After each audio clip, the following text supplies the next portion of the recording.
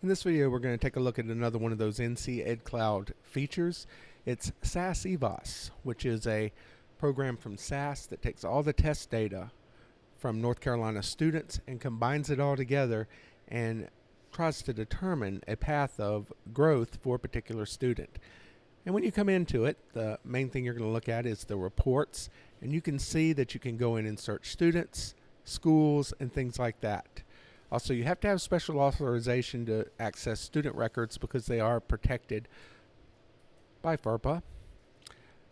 But you can still go in, even if you haven't received that one, usually from your principal is where you get the ID to be able to get into the actual student data.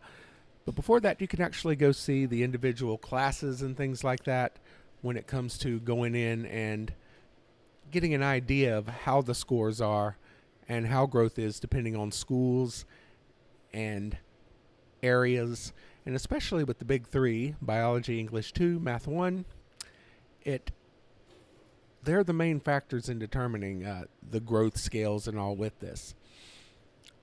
So that works really well, and you can simply go in here, and I'm just looking through some of the different reports and things like that you can do, and you don't have to worry, you can't really mess anything up in here. About the only other thing you do in here is you do what's called a role verification or roster verification, where basically you're going in and saying that, yes, these students that showing up in EVASS for my classes are actually in my classes and I'm actually teaching those students.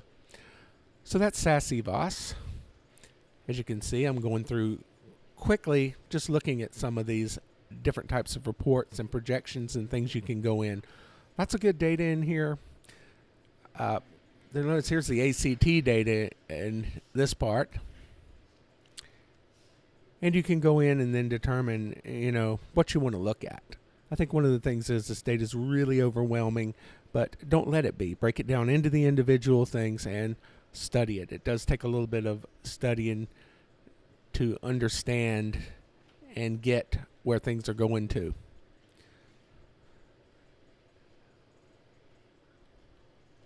Once again, student data, you have to have a unique ID and password that's given to the principals in most cases, and then you can go in and actually look at the individual student data, which is really, really helpful for you to go in and see where your students are when it comes to instruction.